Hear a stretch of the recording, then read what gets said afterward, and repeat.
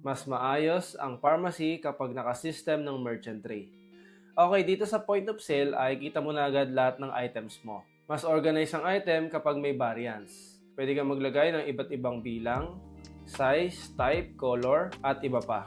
Pwede ka rin gumamit ng barcode o barcode scanner para mas mabilis ang order processing. So for example, may bumili ng Anatero. Dito, pwede kang maglagay ng discount. Pwedeng senior, PWD, at iba pa. Proceed to payment ka lang. May iba't ibang payment method tayo dito katulad ng cash, GCash, e-wallet, at iba pa. Cash payment naman, for example, binayad niya ay 4,000. Automatic may change na 800. Order details, pwede kang maglagay dito ng iba't ibang order source. Ilagay mo lang yung customer kung kailangan mo mag-monitor ng mga customers. Create order. So yun, ganun lang kadali. Dito naman sa shift reading ay makikita mo ang performance o details ng bawat shift. So kita mo dito payments received, withdrawals, cash in drawer, at pwede ka rin maglagay dito ng expenses. Cash in, cash out, at kita mo rito lahat ng product sold.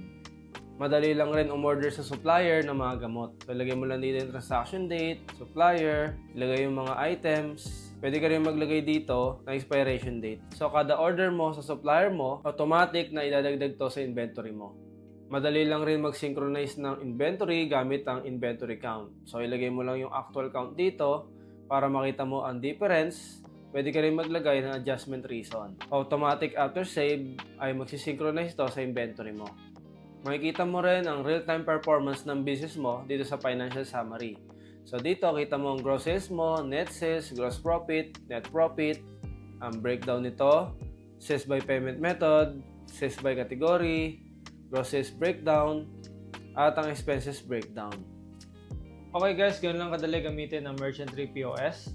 Ang Merchant Tree ay pwede mong i-download sa Google Play Store or sa App Store. Pwede mong gamitin sa mobile, sa tablet, sa laptop, sa desktop at iba't ibang mga browser. At kung may tanong ka, pwede ka mag-message sa amin sa Merchant Tree Facebook page. Salamat!